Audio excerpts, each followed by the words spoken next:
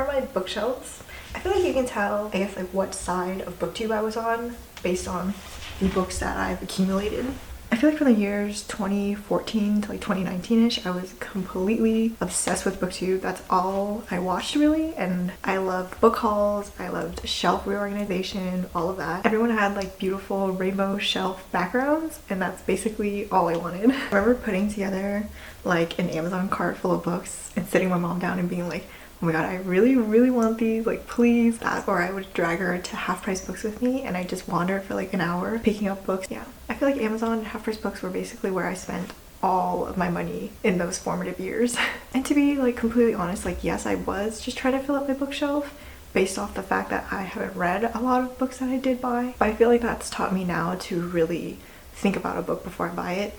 And it has to be something that I'm really anticipating, that I know or have a feeling that I'm gonna really like, or it's an author that I really do enjoy reading. I actually remember going to IKEA, like for the first time wanting to go to IKEA for myself and buying these particular bookshelves. I had like 3 of them. I had to go back and buy more because I kept filling them up. And I had a really good like wall bookshelf backdrop going on for a long time. I was very easily influenced. Anytime someone on Booktube or multiple people would be raving and talking about a particular book, I'd just go read it, like whatever was popular at the time. The 2 camera batteries I have just died within like 5 minutes, so we're filming this on my phone. But yeah, that's what I was saying. I feel like all these books I bought because someone had recommended them to me, which isn't like a bad way to buy books, but it wasn't exploring outside of the Booktube, like the top booktubers and what they were recommending. So I never really found, I guess, books that I really liked reading. But then again, I was really easy to please. Like I did not like any of these books. It was a very like dystopian kind of YA era. It's hard to not like those books. I feel like they're really easy to get into as a young reader. For example, like The Selection or the Legend trilogy, like all of Cassandra Clare books, Sarah J Maas. They were easy to enjoy when I was younger. If I reread them now, I feel like I'd have a lot of nostalgia and they'd still like hold up and be good, but I feel like I've read better since then.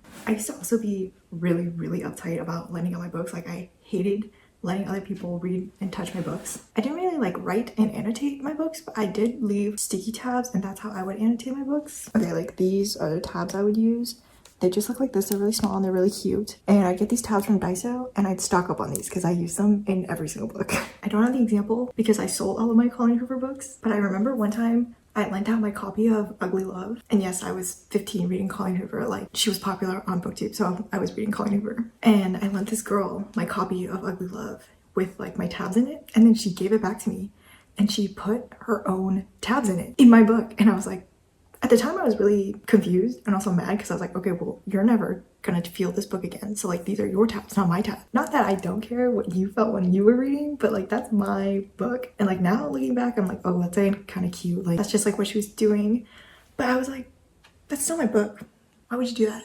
And that wasn't even the only time. I was reading the series with someone and they gave me their copy with tabs. Like these are my tabs, here you go. And I was like, I'm really protective of my tabs. I don't like when people know where I'm putting my tabs. So I'm like, okay, thank you, I guess. I don't know what the colors mean, but okay. Or whenever I lend out like a hard copy of my book, I'd take the dust jacket off and then give it to them in a plastic bag, and I would expect them to carry it in the plastic bag the entire time that they were borrowing my book. Times have definitely changed. I feel very differently about that now. I have less of an issue lending out my books as long as I get them back at some point. Like I think I have 2 friends that are borrowing books of mine right now, and I'm okay with that. Like I'm not itching to read them right now and I don't really need them on my shelf, so yeah, you can borrow them, it's fine. I'm expecting them to come back with some damage. Like I don't want like the cover ripped off, but wear and tear is natural in a book and I feel like it adds to the book anyways. There are some books that I haven't lent out though are in like really top-notch condition just because I don't touch them. I was one of those people that didn't even want to crack the spine of the book that I was reading. I'm no longer like that, no. And I actually like don't even want to own this many books anymore. I do want to sell/donate these books somewhere and just get rid of them just because like I've kind of grown out of them. I don't think I'm gonna reread any of these. The ones that I haven't read, I feel like I'm not like crazy about, oh, I need to read them. Like I think I'm okay if I don't read them or get around to them. And even if I do want to read them in the future, I can borrow from the library or get it on my phone or get it as like an ebook or audiobook, which is my preferred method of reading anyways. But yeah, I feel like the only books I would keep now are my paperback copies of the Percy Jackson series and Gallagher Academy. I just feel like these books in particular have a lot of nostalgia for me.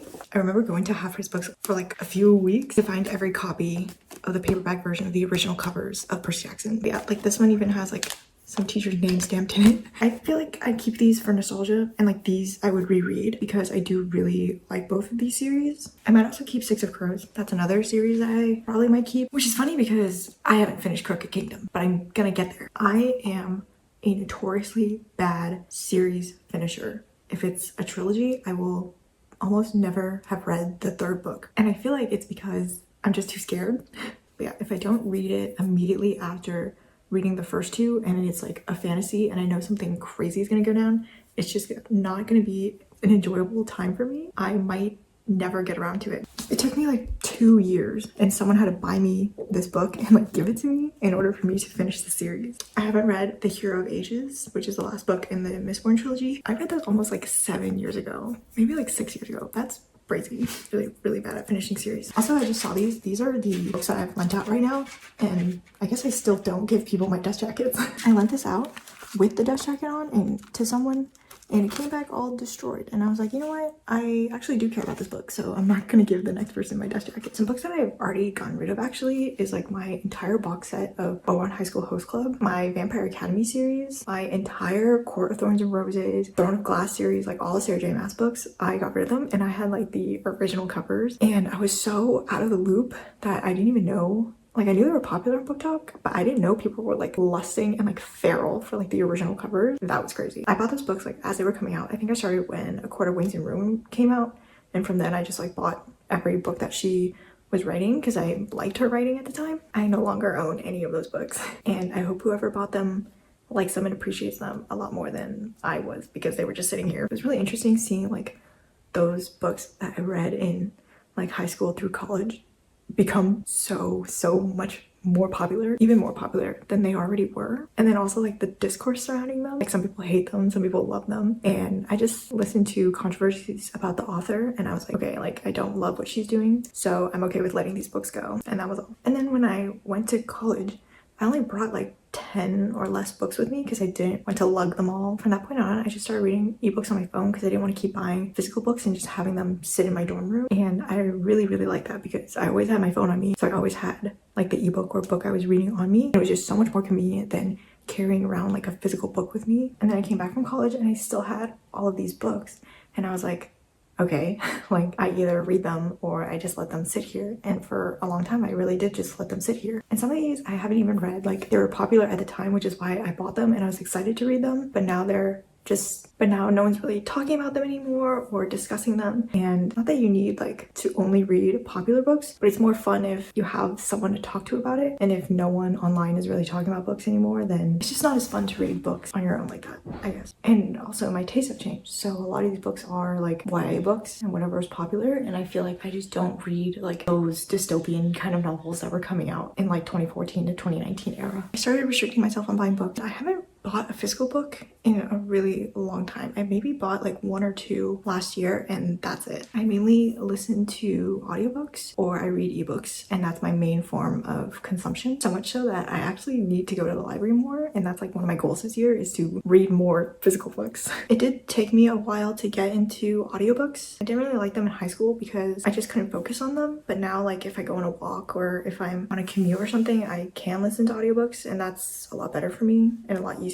I mainly use like Libby to get all my ebooks and audiobooks, and I started using Spotify audiobooks as well, but Spotify does have a limit and it really pisses me off because it'll cut me off and make me buy more hours, which I think is stupid. I've become a no physical book buyer, and my brother has become a big physical book buyer. Like, he only buys and reads physical books now, which is crazy. I think that's like another reason why I'm trying to get rid of some of the books on my bookshelf, is so that I can give him these shelves so he doesn't have to go buy more, because we already have more shelves. I just need to either sell them or donate them, and then we'll have 2 clear bookshelves. We actually have like pretty different tastes in reading. I feel like there's a lot more overlap now. I used to actually be really into economics books, like Freakonomics, Thinking Fast and Slow, Rich Dad Poor Dad. Like, I owned all those. I never really finished them, so there's that. I kind of grew out of that phase. And I know there were people at my high school who watched Booktube, but none of them were in like my immediate close friend circle. I actually started a book club based off of like Booksplosion's Book of the Month, and I had like a few people come. That was really fun while it lasted, but then I just had like too much schoolwork and I didn't want to keep up with that anymore. So that ended pretty fast. I also had a bookstagram for a while. It does not exist anymore and I was never big on it anyways. And then like right when I joined like bookstagram, that was when like people were doing like families on Instagram. So like you could be part of like a Percy Jackson family, and then you'd have like the first part of your username be like that family's name and then like who you were in the family. So like you could be Percy or you could be any of the gods or any of the other characters, and that was like such a time to be on the internet. Like I was never really big on bookstagramming anyways. I just really like booktube and people talking about books and reading the same thing as like my favorite booktubers and then seeing them come out with a video about that book so we could discuss it together. Like I think that was the most fun for me. I am really grateful for the books that I read and the community that I was able to find through the internet, like just watching people's videos. I do, however, regret buying most of my books from Amazon. Truly, like it was just way cheaper to buy books on Amazon than it was to go into a physical store and pay like cover price. I think all of this has taught me like how I feel about books and how I feel about physical books and what it takes for me